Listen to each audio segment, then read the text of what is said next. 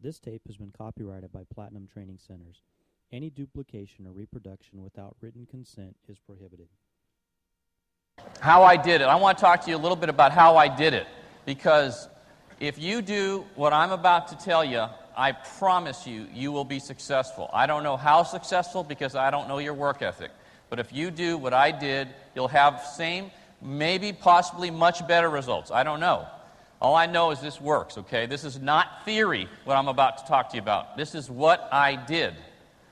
So, number one, time management. Most of you are terrible at time management. You let hours and hours and hours of your day go by, and you look at the end of the day and you go, what did I get done? And nothing, okay? And the reason is because you don't plan your day.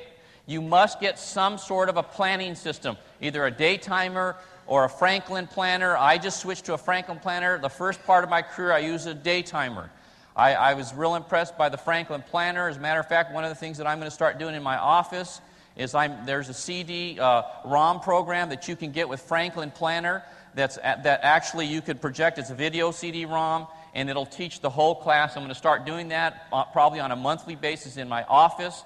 And then all the new rep has to do is get their day planner, and they come in for the 4, 5, 6 hours. They learn how to use it, and now there's no excuse to not know how to use a planner. Or that's one of the things, if I was an RVP, if I was you, I would invest in that. I would start doing that, because let me tell you, one of the main problems that your people have, and yourself, if you ever understand how do I get it all done, I promise you, if you plan your time, it's not difficult to get it all done. It's when you don't plan it and when you don't write things down that you have a challenge, okay? So what you've got to do, you have to have it with you all the time. You should never go anywhere without your planner, because everything should be in the planner. Shouldn't be, are you one of those people that kind of has like a piece of note paper here, and you got it in here, and you got a piece of note in your sun visor, and you got a note here in your desk, you have 20 different notes, and you go, oh, well, where's that note at? You need to stop doing that. Everything has to go in a day planner so that you know exactly where everything is and exactly what you do. If you make a promise to somebody you're going to do something, you write it in your day planner. If you know you have to call somebody, you write it in your day planner. You don't put it anywhere else, because all you have to do at the end of the night is look at your day planner, what you got to do the next day. You don't need to worry, because it's all there, and if you follow your day planner, you'll get it done. And the worry, you'll start sleeping better too, because everything will be there. There's nothing to worry about. You just do it the next day, okay? Real important. Write down everything you need to do. Write it down. I don't care what it is. Don't trust your memory. Some of you that think you have good memories, you don't have that good of a memory. Write every single thing down. That way, let me tell you why that's important, because when some of your people comes up to you and asks you, did you do this or did you do that, right? You don't have to go, oh, I forgot, which hurts your credibility, okay? So what's real important? Have a system have a system of task completion. In other words, when you complete a task, whether you made the phone call, you got the F&A done, you did whatever you needed to do, you check it off, okay? So you know that you got it done. It's over with. You don't have to think about that anymore. You should have that. You should have things checked off, okay? Folks, this is a discipline issue we're talking about here. Most of you are not as successful as you would like to be because you are not disciplined.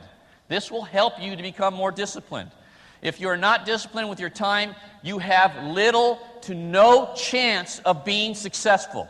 Read that. You have little to no chance of being successful if you lack discipline.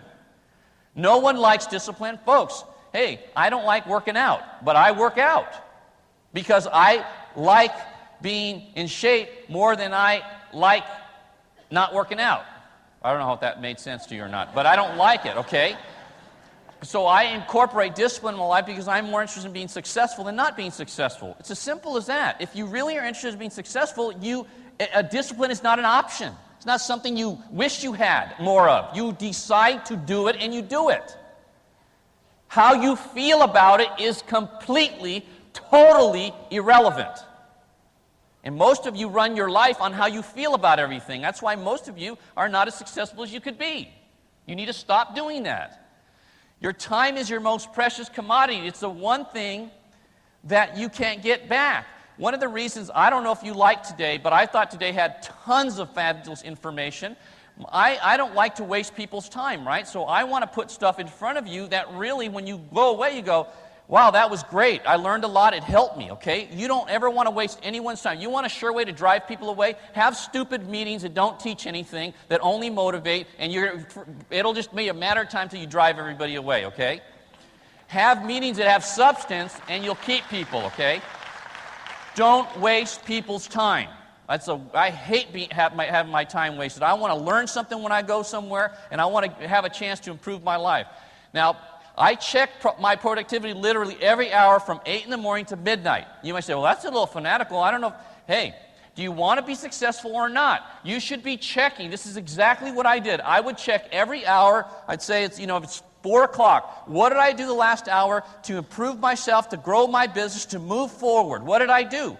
Folks, if you haven't done something in that last hour during your waking hours to help yourself move forward, you're going backwards, you're getting beat by the competition, you have no chance to be successful. You have to be relentless. Now, not for the rest of your life. I don't do this anymore. The truth is I don't. But I did it until I was financially independent.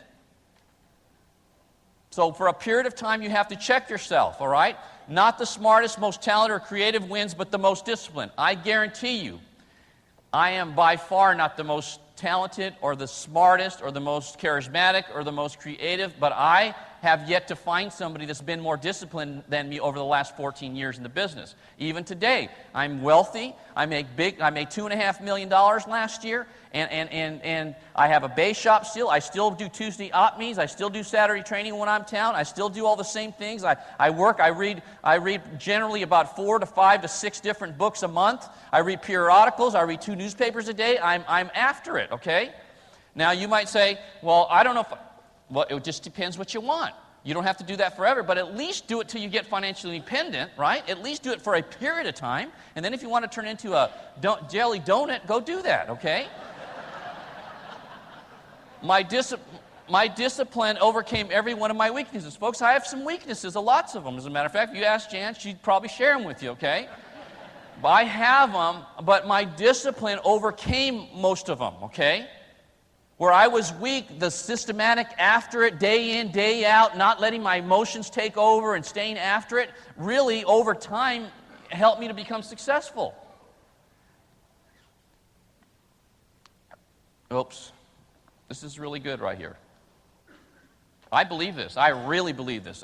You might be going, I'm not as good as him or her, or I don't know how, Hey, I'm telling you right now, almost no one's disciplined. And if you want to kick everyone's rear end, you make a decision that you're going to be that disciplined person, and all the people you think are so great, guaranteed, it's just a matter of time before you knock them off. Just a matter of time, not a matter of if, because everyone gets tired. They just do. And that's my edge. When they're tired, I hear them say stuff, I just go, oh yeah, yeah. Another one that's never going to be competition. Another one that's never going to be competition. Another one's, there's no competition out there. Folks, there's none. It doesn't exist. Master appointment setting, warm market. I'm not going to go into detail how to do it because it's on that tape. How to master, that little tape I did? Anybody have that tape that I did, that 90-minute tape? Okay. It's there, okay? But you must master it, okay? You must master how to get referrals, appointments from referrals. You must master how to get appointments from the prospects you meet. Everything you want from the business starts with an appointment. So, see, you should spend a lot of time on getting great, Sean, on getting appointments and getting your people great at it. Because if you can get them to do it, they can keep you busy. You see that? Fernando, if you got really unbelievable at setting appointments, if you mastered that and you taught your people, you wouldn't have to do it anymore. The reason I mastered appointment setting because I didn't like it. Never liked it, okay? I never liked recruiting, obviously, sales, security. All things come from appointments, every single thing. And I mastered appointments because I didn't like doing them. So once I learned how to do it really well, then I recruited people and I taught them how to do it and I had them do it. You want to stop setting appointments? Get great at it. Teach the people that you bring on board. Let them do it. My main objective was to have 2 appointments every evening. This required 4 appointments to set up because of the 50% rule. Has anybody encountered the 50% rule yet? You set up 4, 2 cancel. You set up 1, 1 cancels. It's just the way it's our business. Why? Because appointments you set up, people think they have more important things to do. So if something comes up, they'll do it. And it's not because they don't like you and they don't want to meet with you. So they don't, in the beginning, before they meet with you, they don't know how great it is what you're going to do for them. Okay? So you have to account for that. You must. I used to drive Jan crazy. I had 4, 5, 6 appointments set up. People call me, yeah, I got an appointment. Yeah, I can do it. I can do it. And she goes, you can't do that. You already have 3 appointments. What are you doing? I said, don't worry. 2 or 3 of them cancel. And like clockwork, they'd all cancel. And if they didn't, I'd call up, hey, Gary, can you do this appointment? Could you meet John over here at this and this time? Hey, George, could you do me a favor? Can you meet this person over here? And I'd farm out the appointments, right? And I'd go take the 2 best ones, and I'd give the rest out. It's exactly what I did. I'm not lying. It's how I did it. Roy, you do that? That's how I did it. Just like that.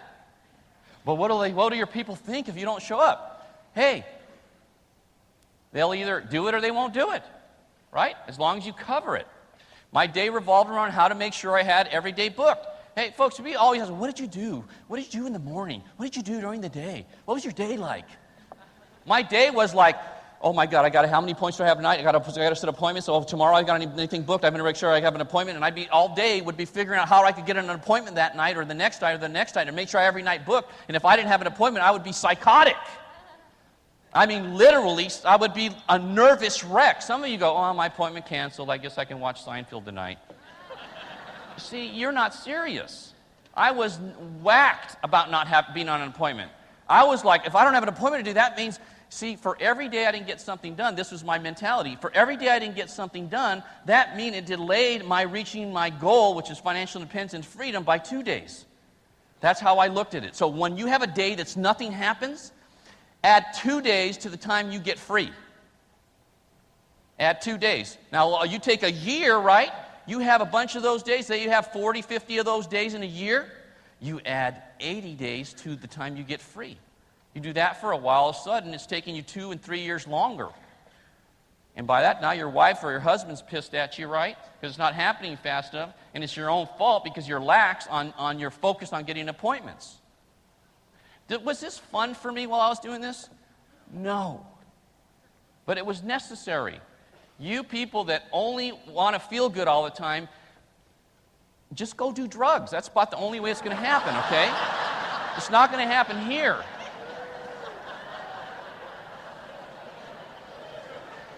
No appointments equals no recruits, okay? If you don't have appointments, Ron, you can't recruit anybody. No appointments equals no recruits equals no sales. No sales equals no income. No income equals no freedom. Guy already said that.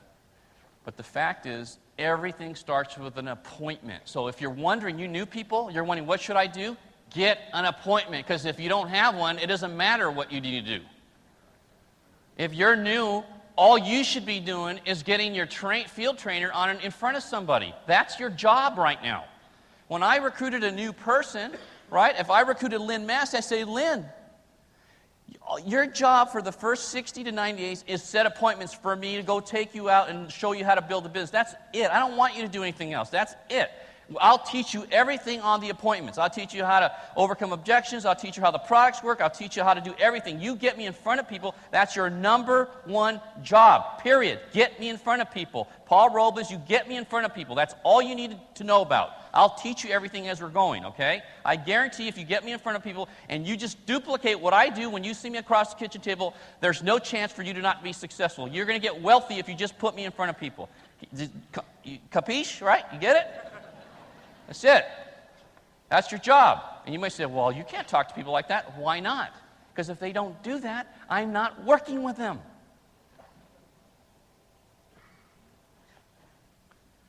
Thinking big. Sales. If you can't close, you can't make money. Another thing, you've got to learn how to close. You have to. Has anybody run into an objection yet? That's all you run into, right? So if you want to make your life easier in the sales and marketing business, whether it's PFS or pharmaceuticals, or I don't care what you do. There's objections in every business that you must overcome. If you're teaching kids, they have objections to learning, folks. It doesn't matter what it is you do. There's always something, so you have to help people to make a decision that's good for them. You have to overcome whatever it is. I want to think about it. I want to talk to my agent. I don't know if it's for me. I'm not a salesperson. I don't have time. Blah, blah, blah, blah, blah, blah, blah, blah, right? So if they have more objections than you have closes, they are closing you on what they want versus you closing on what you want, right? And what ends up happening is everybody loses. They don't get the benefit of your products, your opportunity, and you don't make any money and no one wins. So if you really cared about people, you would master that. You say, I don't want to be pushy.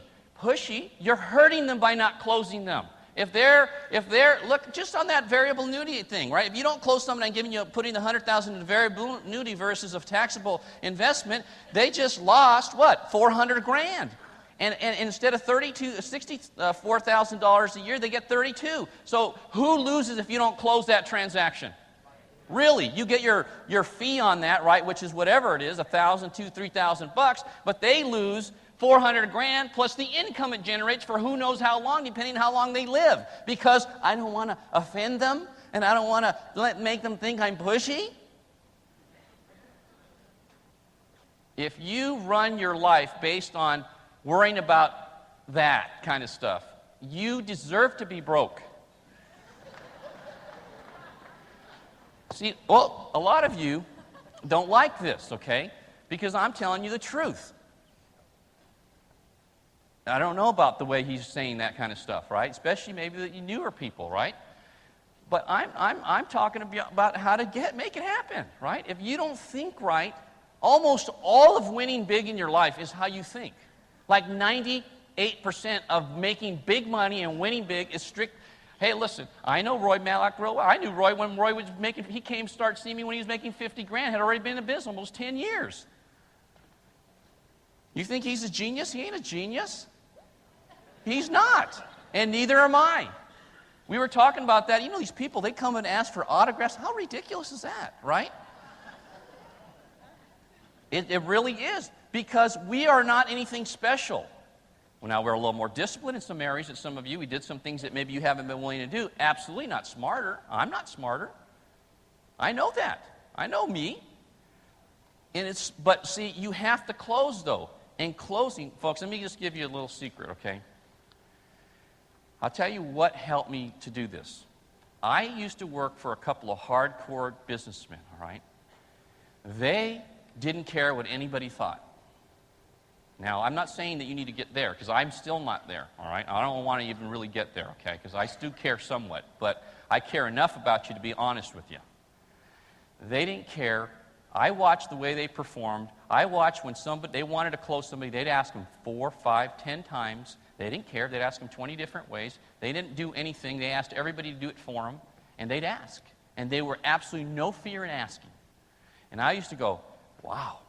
Now, these guys are worth millions, right? They make huge money, right? And here's me, this little kid from Chino, right? I come from a Mexican-American background, and that's a background where you're supposed to be real polite and never ask. You go to somebody's house, my mom and dad, before we left, don't ask for anything. If they offer anything, you say, no, thank you. You sit there, you shut up, you don't make any noise, right? That's how I grew up, okay? You sit there, be quiet, don't ask for anything, be humble, and I'm broke, and they're rich. And I go, these guys, the only difference between them and me, because I'm as smart as they are, is they're not afraid to ask, and I'm afraid to ask for anything. I'm afraid to ask them to pass the salt or the butter at dinner. You know what I'm talking about? And I said, you know what? If I'm ever going to make it, I need to start moving in that direction. And I started, and my whole life changed. Hopkins is one thing you should read. Awaken the Giant Within. Start changing the way you think about yourself. These are just book titles that I think are really good. A lot of people have asked me to put this together. These are books that have really impacted my life and had me thinking. The E-Myth by Michael Gerber, to start thinking about being an entrepreneur and not just a self-employed person. People Skills, The Magic Getting You Want. This is critical, by David Schwartz. You must master the people part of the business. You must, okay? Simple things. You got to get great at this. You read these books and actually do what it says, okay? Would you please do that? What I did is I read stuff like this and I actually implemented this stuff, and it works. Pushing Up People by Art Williams. Fabulous book. If you follow the How to Push Up People concepts in that book, you will get so much mileage out of your organization. Skill with People by Les Giblin. I mean, Renell, is that a good book or what? It's an awesome book. It's a little pamphlet. Cost, I don't know, $2, right, Darlene? Something like that. It's nothing. I don't care how much it costs. This stuff is the most critical part of your business. If you want to grow, you got to have great people skills. You can't get big without them. Otherwise, if you feel like you're always losing people and always starting over, probably your people skills suck. Okay? Developing the leader within you. You got to work on yourself, right? You need to work on yourself. Folks, I figured out how many books I've read approximately since I decided I was going to be a success, and I started reading about successful people. I've read approximately 700 books over the last 20 years on all these areas I'm talking about. In the last 20 years, I don't think I've read more than maybe 20 pleasure books out of that number.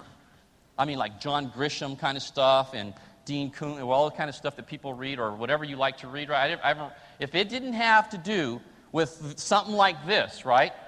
Like developing a leader within you, developing the leaders around you, becoming a person of influence, stuff like that. These are fabulous books, by the way, just a sampling of the things I've read. If it didn't have to do with improving, I'd go on vacation, right? Even when I go on vacation, all the books I take with me are all about how I could get better. And folks, I every now and then Jan will say, you got to read this book. It's a great book. And I'll do it, and I'll go, you know what? I'm not where I want to be yet. I can't read this stuff. I want to read it, because it's enjoyable, but I start thinking, I'm telling all these people, I want to be successful, and I want to be somebody, I want to make it, and then I waste my time. I'm not going to waste my time. I'm going to get better. Somehow, some way, I'm going to get better. I'm going to feel like I deserve. Folks, I expect to make $4 million this year. That's my goal, personal income goal for 1998. Now, I can't expect to make that and not work on myself this year. Subscribe to John Maxwell's Enjoy Life Club. It's a tape. He also has another one that did, what's the other one?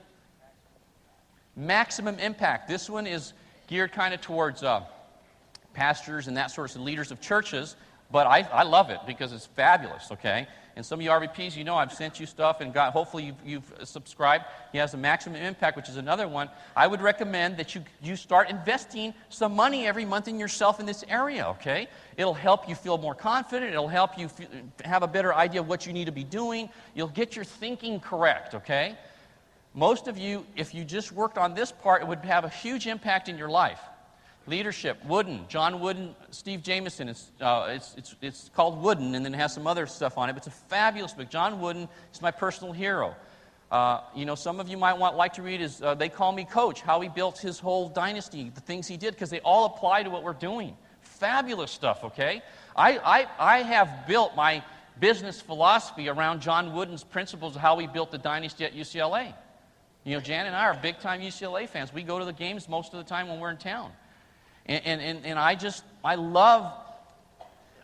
it's not even the winning that he did, it's the way that he did it, the class that he did it with. The focus that he had was on developing people, not winning games.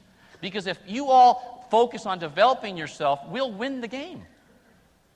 But if you don't work on developing yourself, we're going to have a hard time winning the game. Chris? We're going to. We have to, as an organization, make a decision that we're going to get better, all of us.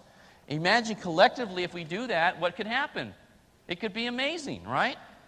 Success is a choice. Rick Pitino.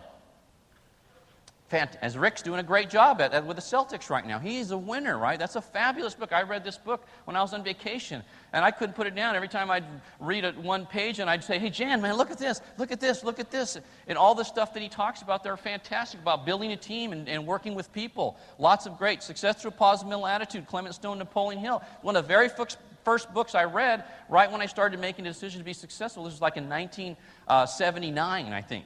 79 or 80. And I read this book, and I made a decision back then that I was going to be the most positive person that I knew. That is a decision I've made with my life in 1979 or 80, And I have worked very hard. I venture to say, to this date, I have still not met somebody that's more optimistic and more positive than I am. Ever. Ever. I always look at the silver lining in the cloud. Always. I always look. There's always a reason for everything, and I'm always looking for how I can turn it into something positive. And folks, I think, my philosophy is this. If there was anything coming good from being negative, I would be negative all the time. But I have never, ever seen anything good come from being negative. It's repelling. It's a natural law. Negativity repels and positive attracts. So I figured I'm in the attraction business. I ought to be positive. That makes a lot of sense to me, right? You want to attract more people? Be positive, right? You might say, well, your talk's not that positive right now. You're kind of beating up on people, okay? But it is if you're looking at it right. Recruit. The purpose of an appointment is to recruit. That's what, hey folks, a lot of people think in PFS that I'm the sales guru guy, right? That's all I teach. I have 6,700 code numbers. You don't get 6,700 code numbers with only focusing on closing sales. When I started the business, I could close sales already. I came in here already professionally trained. All I tried to do when I got in the business was try to recruit people. I wasn't worried about closing sales. When I went to somebody's house, I expected to do business with them. I never thought I hoped I would do business. I expected that. My purpose was to see if I could get them involved in my business and turn them into a district manager or a division manager or an RVP, hopefully. That's all I was thinking about, right? I mean, that's it, because that's how you get wealthy here. You don't get wealthy by making sales. You get wealthy by developing an organization and developing people. And the only way you can do that is by recruiting people. And if you have somebody new with you and you're recruiting the person across the kitchen table, now you're teaching that person next to you how to recruit somebody, and you're duplicating yourself. It's that simple. So you should be making a concentrated effort with every single person you sit down with to do that.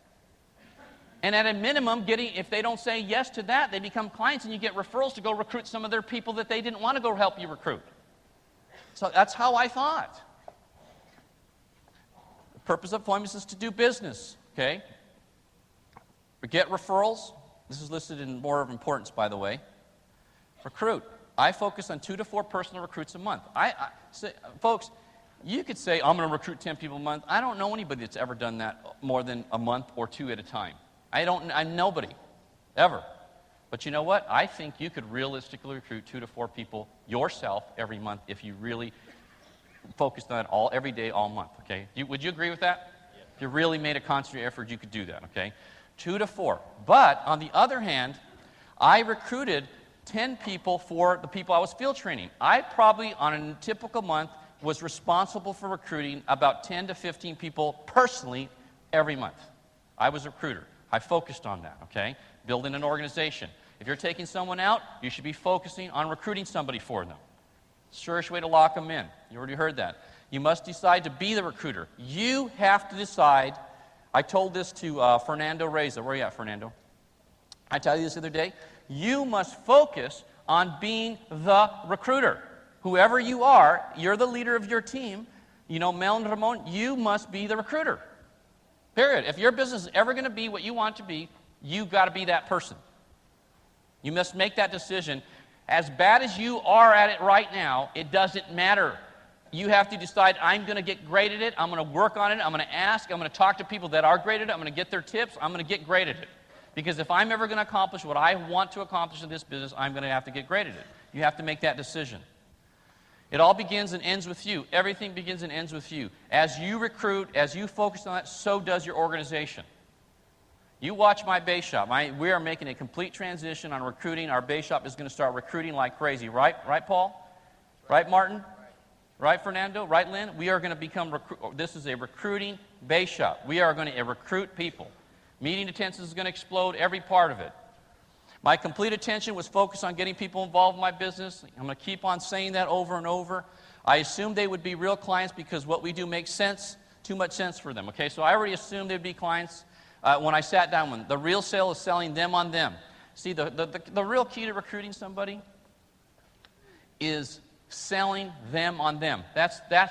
It's not talking about the power of travelers and Sandy Weil and all. Those are all good things. You should tell them about that. It's not talking about Hector Lamarck or Roy Matlock. That's not how you recruit people. People, they already know it's good. Their biggest challenge is they don't believe they're capable. That's it. That's the number. I don't care how sharp they look. Hey, look, there's some sharp people in here that are new. There'll be some sharp people in here tonight that will look like everything. And they are as insecure gets when it comes to their thinking they can do it. I don't care how. Rick Susie called me every single day for the first probably 6 to 8 to 12 months saying, you sure I could do this? You sure I'm going to make it at this? You sure I could do this? Rick, man, you're awesome. You don't understand how good you are. I had to tell him over and over and over again that he was going to be great. You might think you ask him.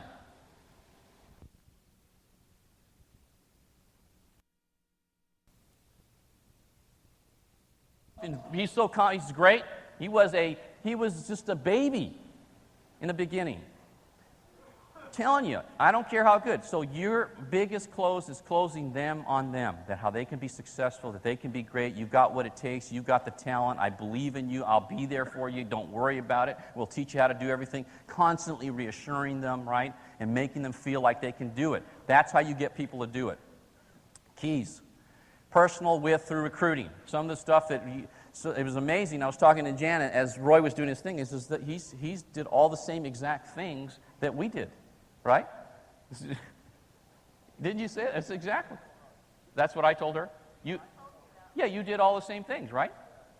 Well, you copied me. Personal production through field training, right? That's really the truth. I told him all this stuff. He actually did it. Chris Howard, too. Personal production through field training. A lot of people ask me, why, especially RVPs. RVPs are like, the thing I noticed about RVPs, they treat field training like it's the plague. That's the one thing I recognize about RVPs. It's amazing to me. But the reason you want to do that, the reason you want to field train, there's a reason to it. It's not to close sales or to prove that you're working hard or that you're tough. Right? That's not the reason. This is the reason. Duplication. You train competent field trainers, you train competent field trainers. I stayed in the field a long time. I was doing 1,000 sales a month in my hierarchy when I got out of the field. That's when I got out. I got out 2 or 3 years too soon, I believe. Now, I've done well, obviously, right? But I believe that the people that I didn't field train got hurt. I'm telling you right now, even like a Kurt Joyner who's done pretty well, right? He's doing good, right, really great right now, and he's going to do even better. But the fact is, I didn't personally field train Kurt.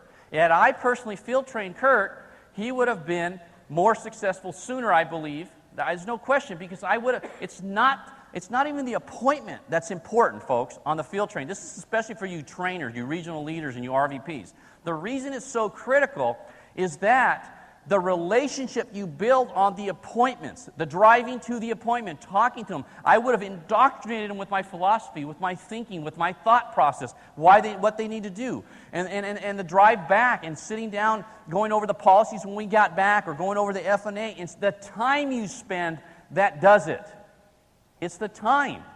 And if you're not spending the time with the key people, then you're not going to build the business. I spent hundreds and hundreds of hours with Gary McCrummon. We went on, I don't know how many field training sales. He closed a bunch of them, but he wasn't licensed for 60 days. And we probably closed 40, 50 appointments, something like that. I don't know how many. It was a lot, okay? Recruited all kinds. He saw me recruit all kinds of people for him, right? Like those first people he recruited, he said, I recruited 14 people. I recruited all those people. He didn't recruit them.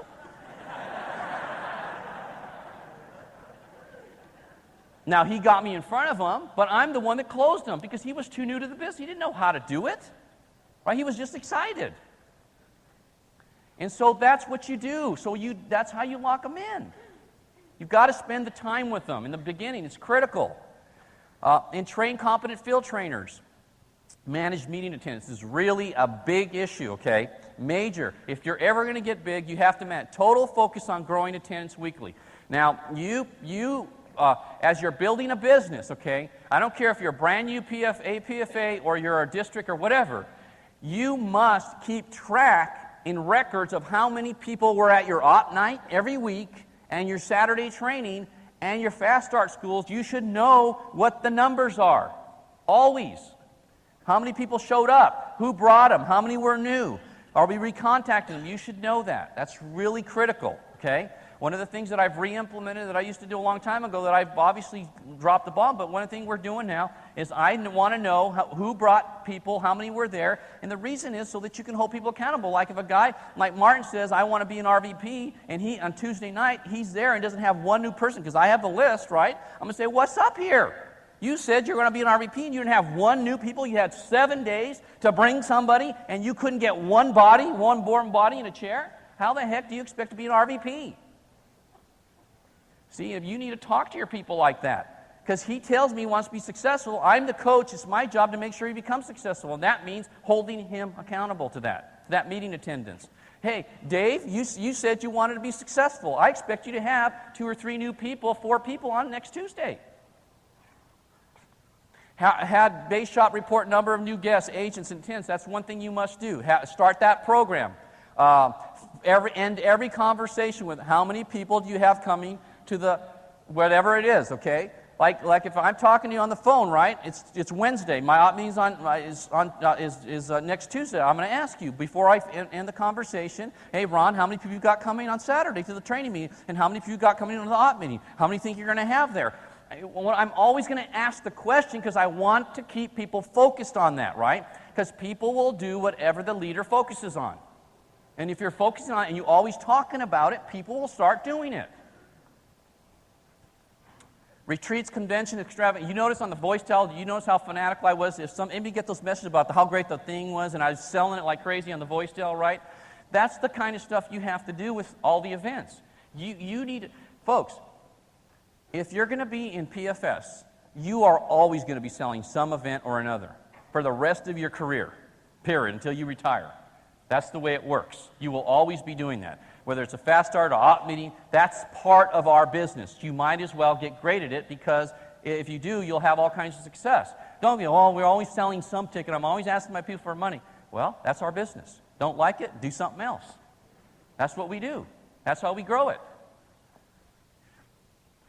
Tell people what they should be doing in production and recruiting. If somebody says to you, right, if they come to you, you want to tell them, what should they be doing, right? Hey, Gary, you know what? You should be recruiting right now with the size base shop you have. You have about a $20,000 to $25,000 to $30,000 base shop right now. That's what I expect you probably should be doing right in that range. You ought to be recruiting at a minimum probably 15 or 20 people with that number. If you're going on that many appointments, closing that many sales, at a minimum, that's about what it should be. If everybody's really making a concentrated effort on recruiting people at every presentation, and every appointment, and every contact, you should probably be doing 15, 20 recruits right now, okay? And then that should grow as you grow your business. You tell them that, what they should be doing, and where they should be at. And you tell them, right? If I'm talking to Fernando, who's a newer guy, Fernando, you ought to right now, just what you got going right now, 10 grand base is what you should have right now. And you should be recruiting 5 to 10 people immediately, like this month or 5 this month and probably 8 to 9 or 10 next month. That's what you should be at right now. Don't be afraid to tell people what they should be doing, okay?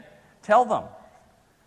When they're doing well, raise the bar. Now, if all of a sudden you have somebody that's doing really well, right? If Carmen comes to me and he says, you know, hey man, things are going great. You know, maybe his goal for the month was to do 40,000, and it's halfway through the month. He's already at 26,000. I'm saying that 40 grand number, forget that number. You need to completely focus on doing 50. If you do less than 50, you're absolutely not doing what you're supposed to do. With the momentum you've got and all the things you've got going on, right? 50 is a number, bud. I expect you to do 50. I want you to get with all your teammates, call them all up, find out what they're going to end up doing, and you get that to 50. 50 grand with the kind of mo you've got is what you should do. You should be doing that with people, whether it's a rep or wherever they're at. You get them to do that, okay? You tell them what they should be doing. You always raise a bar and make people uncomfortable. Your focus and intensity drives everything, right? I mean, it drives it. If you're not on it, nothing happens. You are it, okay? The level of your intensity, the level of your focus is going to drive everything. If you're not focused, if they don't see that you're focused, nothing's going to happen. Never let people talk to me. Folks, I have dropped the ball in this area too, but when I was in the zone, when I was building my business, right, when I was doing 150, 200 sales a month in my base shop, when I was on it, like big time, if you got around me and you talked about anything but the business and building the business, I would say, what are you talking about? What are you talking about the game? Are you financially independent right now? Well, no. What are you talking about the game for? When you get financially independent, then talk about the game. You need to focus right now. You might say, well, I don't want to be that tough with people. Hey, this is about your life we're talking about right here. If you don't stay focused, you're not going to get to where you want to go. You have to keep people focused. I didn't let people talk about stuff that didn't have to do with the business when they were around me, because we were trying to accomplish something right then. All right? And you can't do that if you're thinking about the Super Bowl and about, what's going on in whatever, okay? I don't want you thinking about that. You can't control any of that anyways. You don't know what's going to happen. You can't control a doggone thing. All you can control is what you're doing, right? You get focused, really focused. If you're not financially independent, that's what I just said. This is what I would tell people. Well, you have no business talking about anything. I would not allow people to be disfocused around me. Just no chance of that. My responsibility is to get you to win, not to have a good time. We had fun, don't get me wrong. We had a lot of fun, okay? You know what I found out is, ironically, if you win, you have a good time. Right? So when people started making money and making sales, and they were having a blast, right? And when they're not, they're depressed. Right? But if you don't keep them on it, they're going to lose the focus, right? The biggest issue that we have, let me tell you why it's so important that you as a leader, and I'm sorry about keeping you so late, I'm done just about right now. The reason it's so important is that when people come here, the average person that comes to PFS has had a job that does not require focus. They've grown up in some business that they go in, they have projects, and they have a week to do the project, or they have, there's no urgency. Get it done this week, next week, who cares, right? You know what I'm talking about? But in the sales business, if you don't close a sale today, Kurt Joyner, you don't get paid.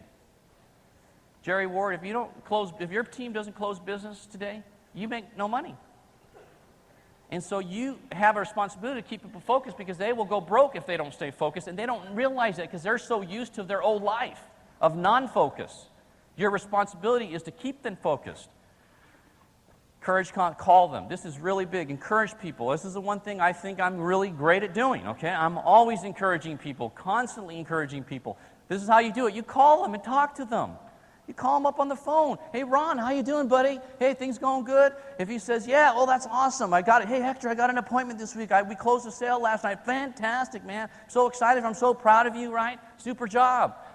Write them. If somebody does something good. Folks, I apologize. I'm not as good. But when I was on it and I was trying to build my business, anytime anybody did anything, I'd call them, I'd write them a note, I'd say, Martin, I'm so proud of you, you're on your way, man, you're going to be one of the superstars, I totally believe in you, you're one of the most awesome people I've met ever. I'd write, just a little note, put it in the mail, right? He'd get that. That day, he called 3 people, everybody said no, he reads the thing. Oh, man, he gets all pumped up again. I'm going to make another call. He makes 2 or 3 calls, he gets a good appointment, he recruits somebody, boom, he's off and running again. You know what I'm talking about? He gets down, he pulls out that thing I wrote to him, man, made him feel good, he rereads that. If you don't think that has power, you're just not, you're clueless, okay? It has big time power, okay? You let people know they're awesome. In front of their peers, any chance you get to tell somebody they're doing a great job, right? You do it, okay? If somebody does something exceptional, hey, I think what some of you guys are doing right now is unbelievable, right? If I was going to pick somebody out and that they were doing a really great job, I guarantee you it would be like, hey, Lynn Massey. Lynn, you've been doing a great job lately. He really has. Lynn's been doing a good job. He's really focused. He's on it. He's part-time right now. He's making a game plan to go full-time this summer, right? We're going full-time. He's really, really getting his team together. He's awesome. I'm really proud of Lynn Massey, right? I might say something about that in front. There's 2 or 3 people milling around. I might say that right in front of those people to make sure that everybody knows Lynn's doing a good job, right? You say it in front of people. Lift them up. Hey, Rob Holmes put all this stuff. Is this awesome what he did here? Rob Holmes did a great job on this stuff. Jan told me that he thought that this wasn't going so good. I was happy. Hey, I'm so thrilled with this, I can't tell you. This is our first time we've done something like this, okay, with the computer and all this kind of stuff, right? It's incredible how good it looks to me. And you know what? The next time I do it, it's only going to get better. He's awesome. I'm so proud of that. I mean, this takes us to a whole different place right here. Did you see those overheads that Dennis used at the beginning?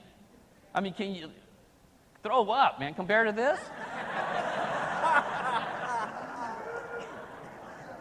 When they're doing well, Tell them how they're great, right? Especially when they're doing poorly, tell them that they're great. Build them up. Make them feel good, okay? Don't let them feel bad. Come from love.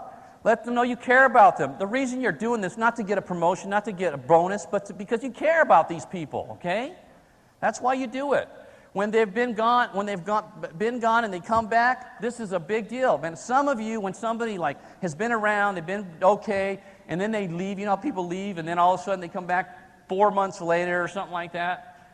Some of you go, where have you been? I haven't seen you lately. What's wrong with you? You don't do that, okay? They come. I tell you, one of my guys in my base shop's really been inactive, right? He comes. I saw him just the other day. I was in the office doing some stuff with Rob, getting prepared for this, right? He comes in the office, right? And I look at him and I do this thing, right?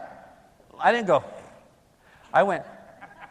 And it's like I was, you know what does that look? I'm glad to see him, right? I got up out of my chair and I went, hey man, I got out of my chair, gave him a hug and said, I'm so glad to see you. How you been? How's your life treating you? I didn't say where you been, how come you've been inactive, what's wrong with you? I didn't do that. You want to make sure they don't come back? Do that. You make them feel good, okay? You make them feel special. Welcome without judgment. Do you want to be judged?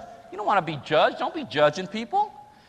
Look for any excuse to lift them up, any excuse at all. Make people feel so good they can't wait to be around you. You make them feel so good about themselves that they love being around you. People will come back just I see people looking at me like, pay attention to me. See, you notice me, right? Hey, I make sure I go notice them and pay attention. People are starving for that.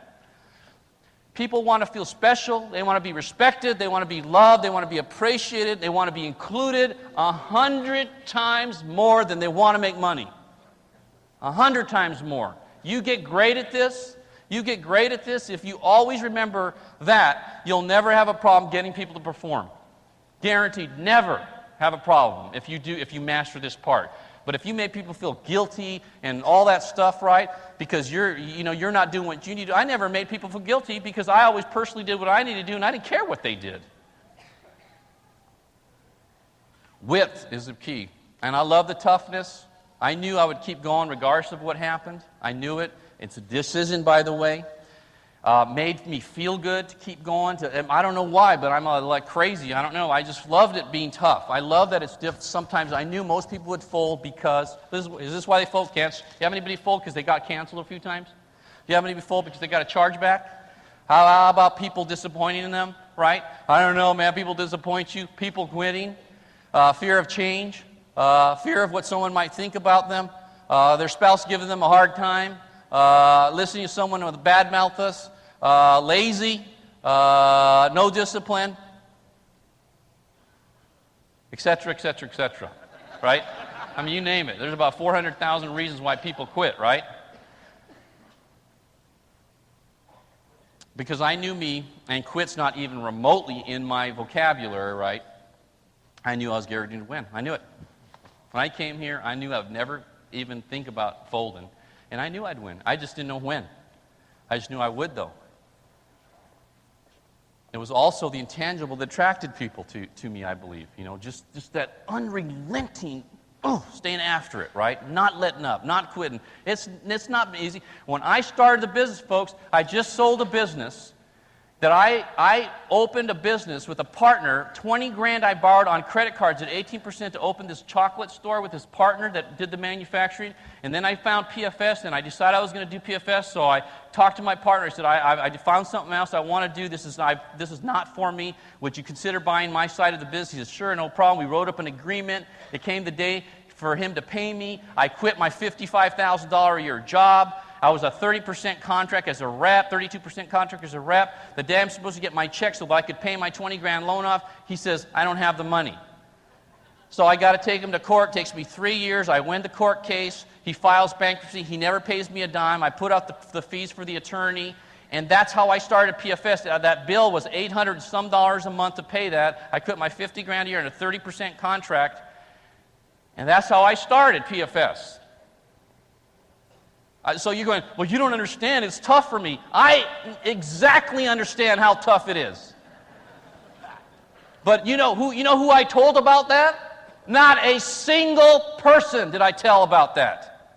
No one. You know who I just went, I said, you know what? I could fold right now, or I could get busy. So the next 60 days, I wrote 57 sales. Personal transactions. That was the only option. Either that or file bankruptcy, right? A lot of you are in the same position right now, feeling sorry for yourself, but you don't understand, Hector. It's easy for you to say that because you have all this money, and these people are doing well, and all that, right? My situation's different. It's not any different. How you deal with it may be different, but the situation's not different.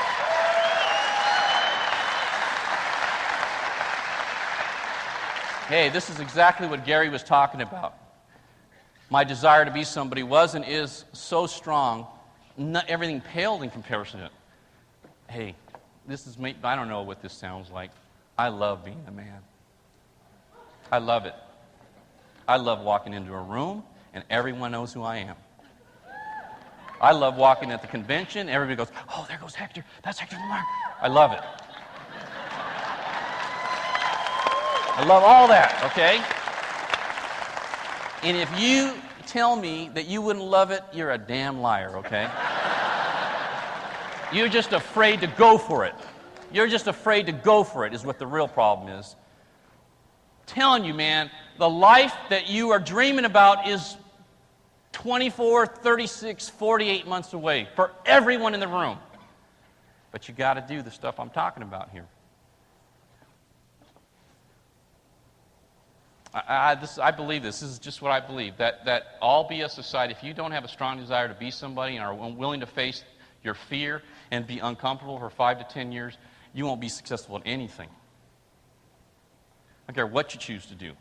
You got to do that. Everyone's got to do that. I don't care what field you're in. You got to do that. At least to not any significant degree, right? That makes a difference. I believe life was too short to worry about what everyone thought except for my wife and my kids. Hey, I care a little bit what you think, but I really care what Jan thinks. And I really care what Dad thinks. And I really care what Janae thinks. I hope you all like me, but what they think about me is what you all think about me pales in comparison to what I hope they think about me. They're the ones that really, and obviously God, okay? But I'm telling you, right here on earth, they're the only ones. I want Jan to be so proud of me. I can't stand. I want her when she rolls over in bed and looks at me. I don't want her to go, "Ooh, what did I marry?" You know. I want her to look when I'm asleep and go, "God, thank you, God, for putting that man in my life." That's what I want her to think about me.